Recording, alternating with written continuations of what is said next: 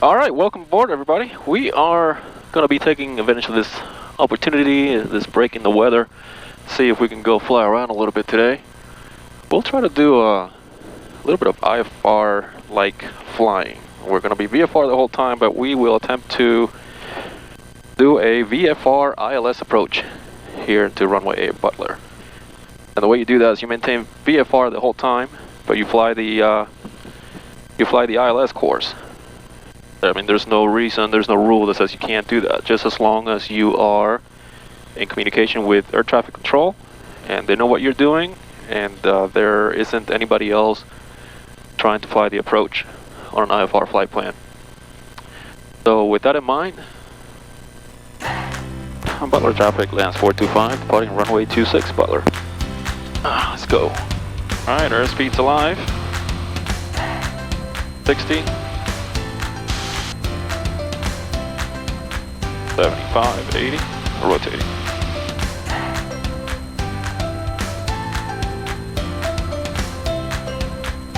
And positive rate indicating gear up.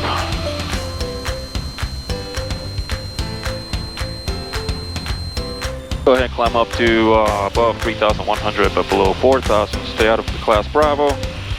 And at the same time,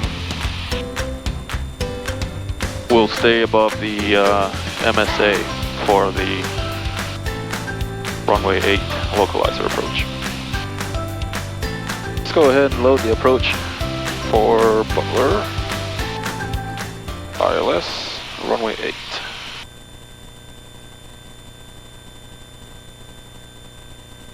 Pit approach, good afternoon, lands November 21425 with request. Blues ILS lands 21425. Affirmative. Lands November 21425. We're 5 miles south of Butler Field. 3,200. Or 425's the request. Yeah, I was just wondering if you guys have anybody on the ILS for runway 8 at Butler. I do not. Is it okay if to shoot an approach under VFR for the ILS runway 8? Okay, do you want me to vec you or do you just want to do it on your own? Actually, I'd try to do it on my own if that's okay. I'm going to go direct rotate and then do a loop in the hold. Okay, I'll give you advisories here. Say the call at 21425, correct? Affirmative. Lands November 21425. It's 425, squawk 0305, and ident pit altimeter is 299er. 0305 to 999er. Lands 425.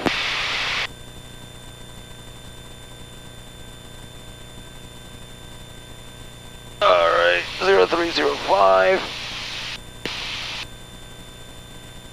And I did. Okay.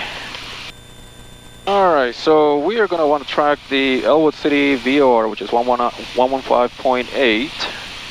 And the localizer. 425, radar contact about 8 miles south of the Butler Airport. Altitude indicates 3,100. And I will give you traffic advisories along your route of flight. Roger, appreciate it. Lands 425. So we have 115.8, which is the Elwood City VOR. 32755, trap pit approach. COM 1. 299er. And we'll to the localizer 111. You have information with 0.5 on our second column. So once both of these CDIs are in the middle, that's going to mean that we're crossing WOTID. Now we have to tune our OBS to 183 heading. And from my vector, we are going to be performing a parallel entry into the hold. Now for the ILS approach, the minimum decision height is roughly 1,500 feet, 1497. So 1,500 feet MSL.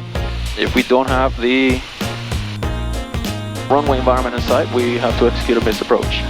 And that consists of climbing straight out to 1,800 feet, then turning left to 3,000 feet, direct the Elwood City VOR and hold.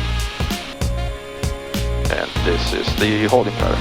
Now once we cross loaded, we are going to track outbound on the parallel course on a 260 heading for 1 minute.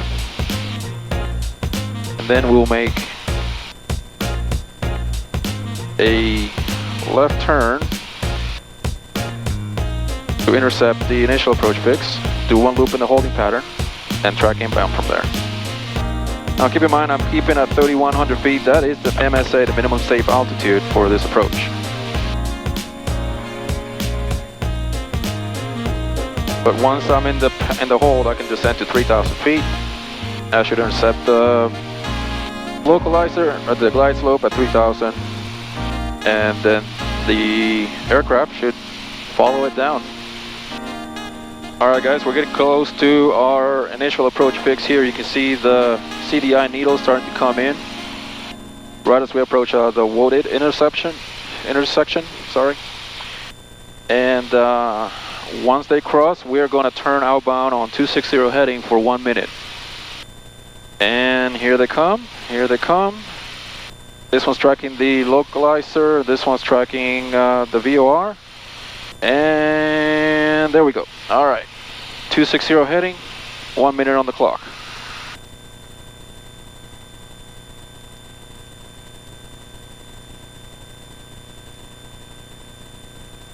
Now of course we are still flying VFR, so you want to keep your eyes out, keep scanning for traffic as you normally would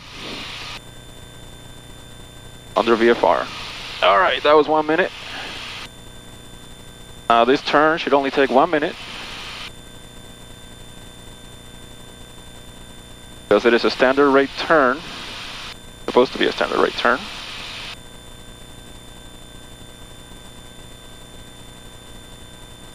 Now I don't want to change my heading bug too fast, because then the autopilot gets confused and tries to turn the other way.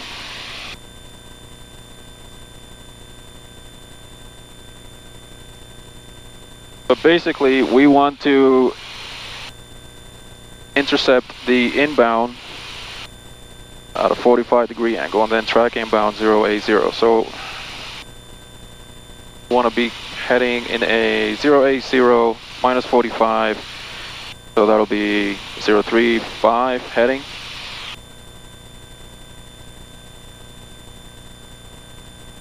So right about where we are with our heading bug here.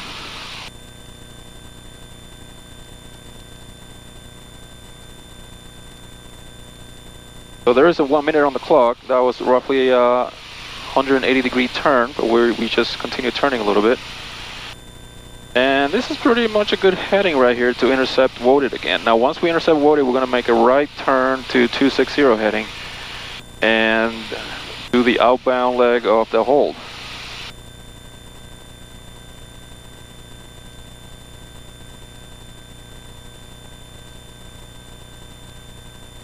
And we can look at the bottom OBI here for when the CDI needle crosses, and that will mean that we are on the inbound leg.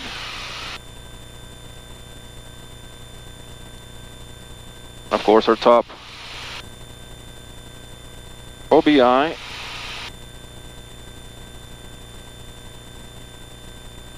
is going to tell us when we are at Wooded, which we're pretty close right now. So right now we're on the inbound.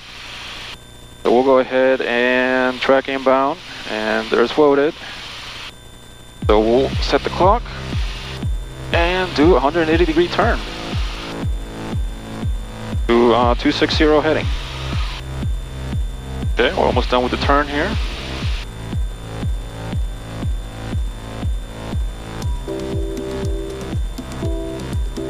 That's a minute, but we're still not tracking to 260, so we're going to keep on turning for a little bit longer. Wind 7464, descend upon discretion, maintain 4,000. And this will tell us when we're abeam our initial approach fix, and we can start the clock for 1 minute outbound. So right about now, start the clock, 1 minute on a 260 heading, then we'll turn, make a right turn, 180 degrees, and track inbound.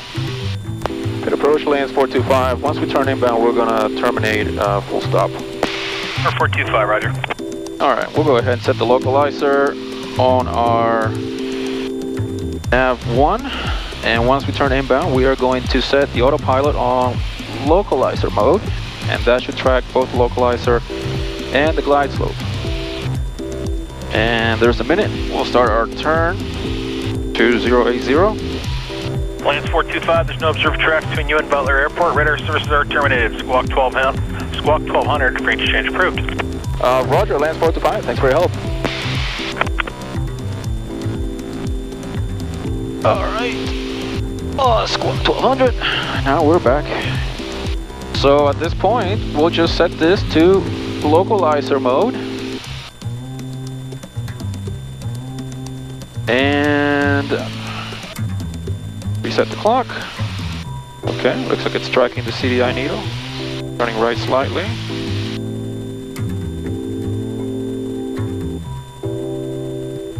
And after 10 seconds of being in altitude hold, it should automatically engage the glide slope track. And it should follow the glide slope all the way down. Now while we're doing this, it's a good chance to, good time to do your before landing checklist. Make sure your gear's down. My gear is up right now, but my speed's below the gear extension speed, so we'll go ahead and put the gear down now. And that will slow us down quite a bit there. We got 3 green. 3 green is good. We want to be 95 knots on final here. Go ahead and increase the prop control slightly. Of course, while we're doing this, we want to keep an eye on our engine temperature. Make sure we're not shut cooling the engine. Find that 2,000 inches of manifold, 20 inches of manifold pressure is generally a good setting here on approach. Now, once it starts tracking the glide slope, it's gonna point down. So that is gonna increase the airspeed as well. So we want to be cognizant of that and ease off on the throttle when that happens, because we don't want to overspeed the flaps. There it is. So there, grab the glide slope,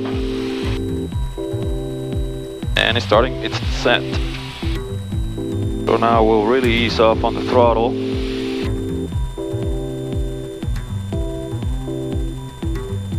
Even though we are below glide slope right here, so I'm expecting it to try to come back up and intercept that. Again, I'm just running this on autopilot. This is a 40-year-old avionics. There's nothing fancy here. This isn't a Garmin or anything like that. It's just a standard autopilot that this came with. As I said before, MDA is 1497.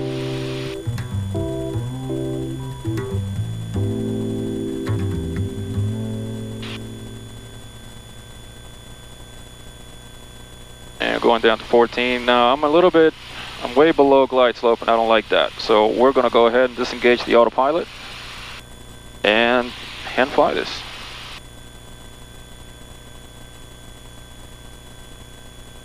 So we'll hold this altitude here until we intercept glide slope again.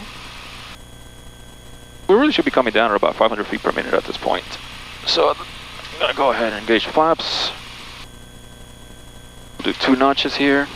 And I do have the runway in sight. At this point, this could be a visual approach. But I am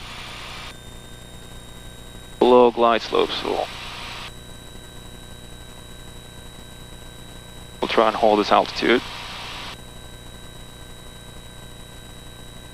And there's that glide slope coming in.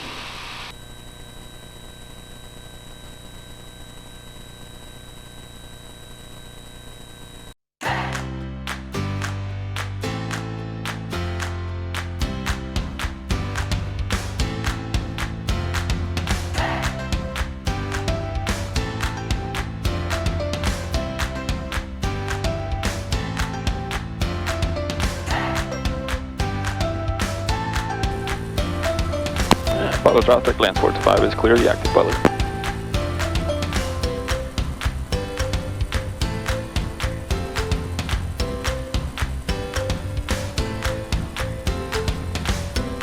Alright guys, so that's how you execute an ILS approach under VFR. Hopefully better than I did. I was all over the glide slope up and down, but this is something that, you know, just requires practice. Initially I was expecting my autopilot system to do most of the work, but alas it did not, and that's something that you have to watch out for. I could have probably left it on heading mode or just OBS mode and then adjusted the attitude with the pitch wheel. That is another option that you can do as well. Alright, thanks a lot for flying with me, and I hope this was entertaining. Again, I am not a CFI or a II. I don't even have an instrument rating, so please do not consider this to be any kind of flight training, because it's not. But again, thanks for flying with me, thanks for coming along, and let me know in the comments what you like about this, what you don't like, where you want me to go next, and look forward to seeing you guys next time. Alright, take care.